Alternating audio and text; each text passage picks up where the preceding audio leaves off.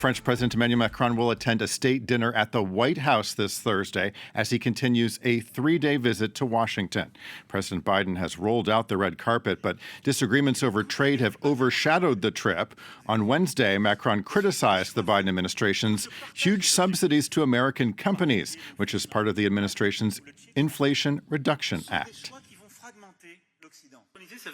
What has happened in recent months is a challenge for us because we are starting to have differences on energy issues, and the cost of war is not the same in Europe and in the United States. But most importantly, the choices that have been made, for which I share the goals, in particular the Inflation Reduction Act or the CHIPS Act, are choices that will split the West because they create such differences between the United States of America and Europe that for those who work in many companies, they would just tell themselves, we are not investing on the other side of the ocean any longer.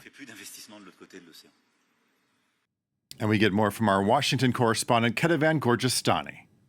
The Inflation Reduction Act, which is really one of the landmark accomplishments of the Biden administration, offers massive subsidies for U.S. industries and U.S.-made products. And the Europeans as a whole, not just the French, are worried that this will have a very negative impact on their own economies, that it will unfairly disadvantage European industries in those same fields. And that's why you heard the French president in front of the French community at the French embassy really explaining what he meant. So he didn't use those terms that it was super aggressive, which was something that he is said to have said behind closed doors. But he did repeat a message that we've been hearing from different French officials, which is that they are worried about the impact of those subsidies for American companies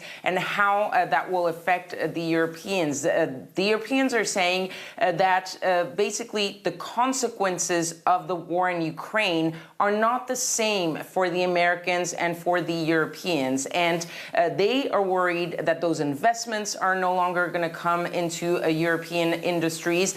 And that's why you heard the president say that this might might fragment the West, because it will create this real gap between the United States and the various European economies. The president who said that he would be really discussing this matter with his U.S. counterpart, and the French and the Europeans pushing for possible exemptions for at least some industries. The Americans, for now, not saying whether that was on or off the table, but saying that right now they're listening to the concerns of their European partner, and Joe Biden likely will have to listen to the concerns of President Macron when they sit down for their bilateral meeting this Thursday.